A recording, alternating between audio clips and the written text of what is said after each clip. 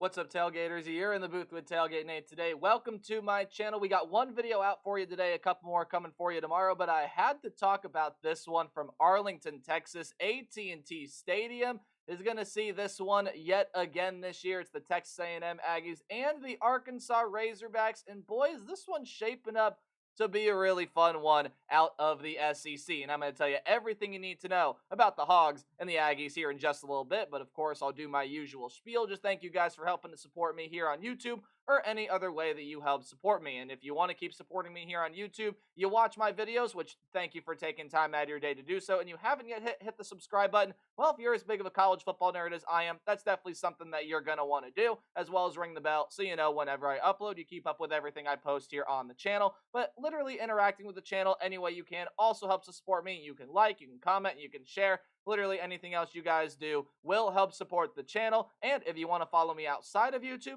go give me a follow on Twitter or X, whatever you prefer to call it. It's at TailgateNate29. I post a lot of things about articles I write, games I call, and everything else I do in the sports media world. If you want to keep up with all the content I create, please go give me a follow over there.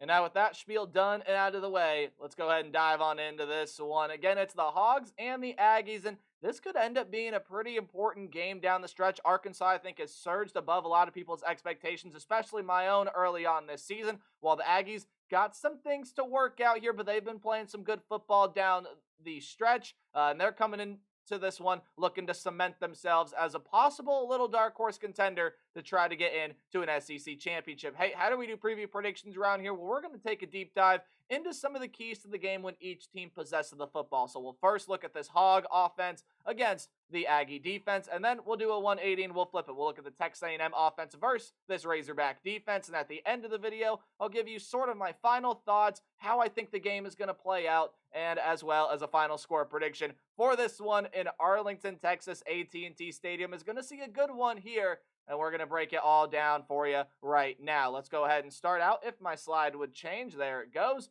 To when this Arkansas team has the football. And the one guy that you have to mention when talking about this Arkansas offense is that of Tailgate Green. 957 yards passing, 4 touchdowns and 4 picks. He's been a little shaky throwing the football for the most part. Again, only a 53% completion percentage, but we have seen so many flashes of him throwing the football really, really well. Just go back and watch that Oklahoma State game where he made some really good passes. But again, you can go back and watch that game, and you also see many examples of where he isn't necessarily the best decision maker. But that's not where Tailgate Green makes his difference and his presence known, right? That is with his legs. That is on the ground. He averages 5.5 yards per carry, and yes, sack yardage is in there as well.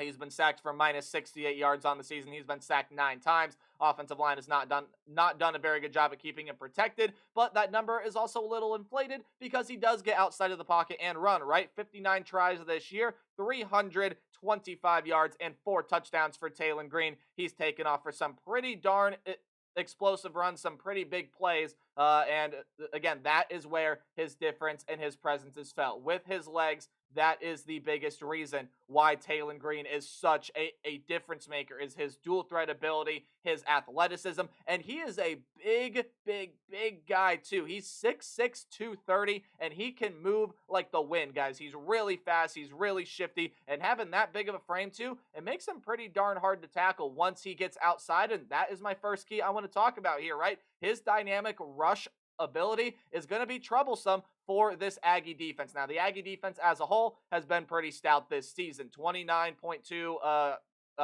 on third down. That's what they're allowing. That's it. Only 5.4 yards per play. Only around 130 yards on the ground, which, yeah, could be improved, but they're also getting off the field at a really good rate. They forced 6 turnovers this year. Hey, Arkansas has turned the football over 6 times this season, but A&M, I think, is going to have to establish their physicality and their pass rush and the backfield pressure really, really early here, because you want to be able to win that battle on the line of scrimmage, which should be something that's in Texas A&M's favor here in this game. Texas A&M has a lot of really good players up on that defensive front.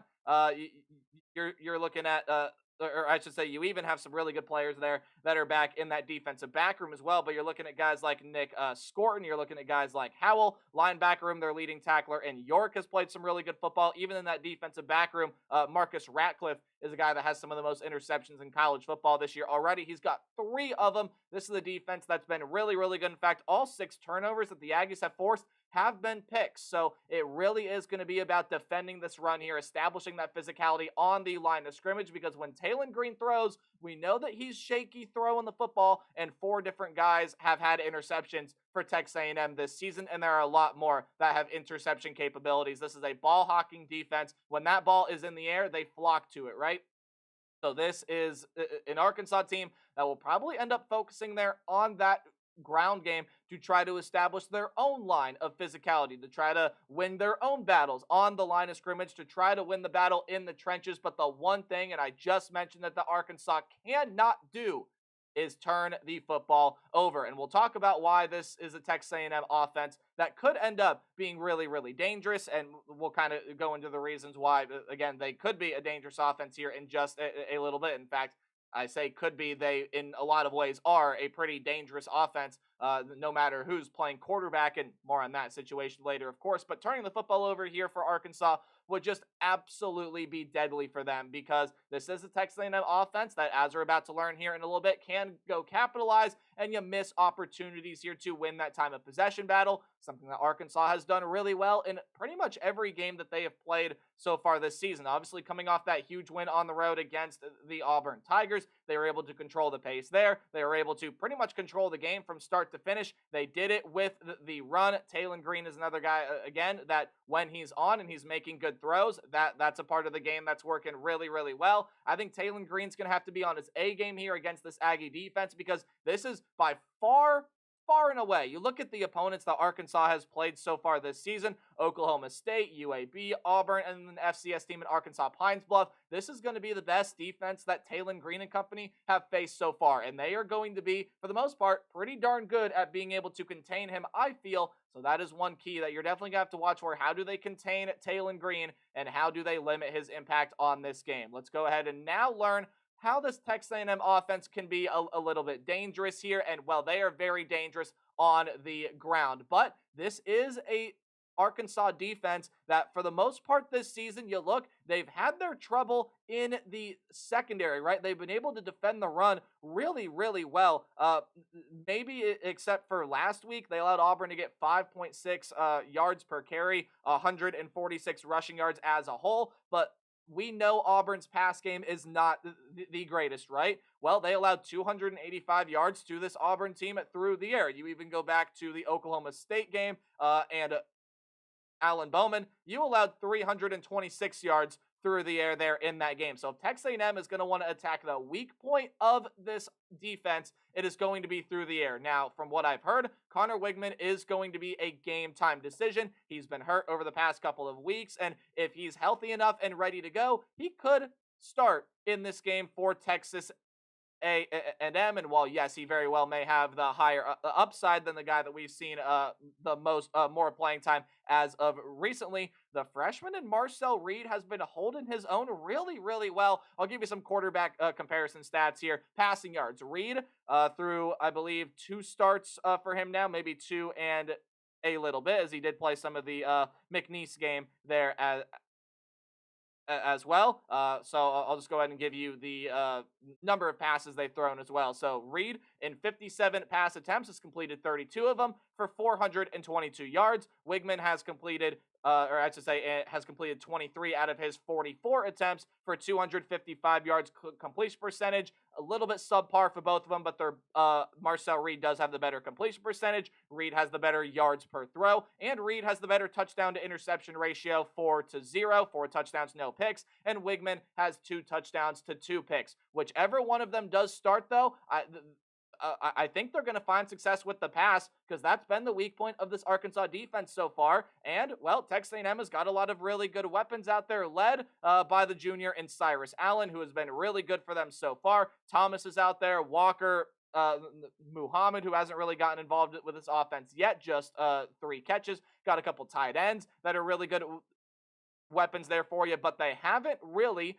gone to the pass game, right? With Wigman out, and obviously you could say Wigman is probably overall the better passer than Reed, even though the stats don't show that this season. The way that Reed has been able to affect the game with his legs has been second to none. He's averaging 6.8 yards per carry. Yes, sack yardage is included in that, even though he's only been sacked one time. 217 yards on 32 carries and 1 touchdown. You also have a guy by the name of Le'Veon Moss in the backfield, and if you don't know, well, he's pretty darn good. 354 yards, 3 touchdowns on 63 carries for him. And then you also have another guy in the backfield as well in Amari Daniels, who has just shy of 200 yards rushing, 5.1 yards per carry, and 2 touchdowns on the season. We know that this is a run game that's going to have their moments, but going up against an Arkansas run defense that for the most part has been pretty good this season, it's going to see its fair share of challenges, right? But Wigman or Reed, whoever happens to start at quarterback, they may very well, especially if it is Reed, go with a more of a running style. But I think you're going to see Texas A&M throw the football a little bit more than we've seen them do over the, I'd say a little bit more than they have in their past couple of games, just because that is the weak point of this Arkansas secondary. You have good weapons out there, and even a team that does not have a great passing attack like Auburn was able to torch this Arkansas secondary last week. That battle on the line of scrimmage is going to be interesting to watch, but this is an A&M offensive line, guys, that has been absolutely outstanding. Right now, the Aggies averaging just shy of 6 yards per carry when they decide to run the football. They've only allowed both Reed and Wigman to be sacked a combined total of 3 times, Reed just once, and Wigman twice, right? So this is a Texas A&M offensive front that's got a ton of next-level talent, that has a ton of Sunday talent, and it's been great in the run blocking schemes. It's been great in pass protection. This is an Arkansas defensive front that's going to have to be able to create its pressure early and often. It does have 7 sacks on the season and does have some really good players that play for it, but those 7 sacks are distributed between seven different players. Sorey, Slaughter, Dix, Spence, and then a couple of defensive linemen in Nico DeVilliers. Hopefully I'm saying that last name correctly, as well as Eric Gregory. So Gregory and DeVilliers, the only 2 defensive linemen that have sacks this year. The others were linebackers, and then Slaughter, of course, is a defensive back. So you can really get pressure from anywhere for this Hog defense, but it's got to be able to get past this Texas A&M offensive line. You're going to have to run some stunts. You're going to have to run maybe some corner blitzes. Maybe you do bring Slaughter off of a corner / safety style blitz, right? But this Arkansas defense has got to find a way to solve this Texas A&M offensive front. And if you are the Hogs, limit the explosive plays, create pressure. That is the name of the game here. And guys, I think this one's going to happen to be really, really, really close. Again, this is going to be played in AT&T Stadium, technically a neutral site, but of course a lot closer to the campus of Texas A&M than it is closer to the campus of the University of Arkansas. I forgot what team I was talking about for a second. 3:30 game on ESPN. Guys, I think this one is going to be incredibly close, but I trust Texas A&M's ability to attack the weak point in the Arkansas defense more so than, well, the flip-flop of that, right? I think no matter who starts at quarterback, whether that is Connor Wigman, whether that is Marcel Reed, they're going to find success with this pass game. This rush game is going to be able to get through the Arkansas Razorbacks defense because, again, even though the numbers speak for themselves and overall, this is a Hog rush defense that's been pretty good. They did allow almost 150 yards to Auburn last week on almost 6 yards per carry. I don't know if that trend continues to its fullest, but I think Texas A&M finds some success offensively. They're going to have a tough time slowing down Taylon Green with that defense, but the pressure will get home. I think they'll force a turnover in a big spot, and the Aggies win a very, very close, tight-knit, competitive game in AT&T Stadium. Let me know what you guys think about this one in the comment section down below. Remember to play hard but tailgate harder, and I'll see all you guys tomorrow with a couple more predictions. Goodbye.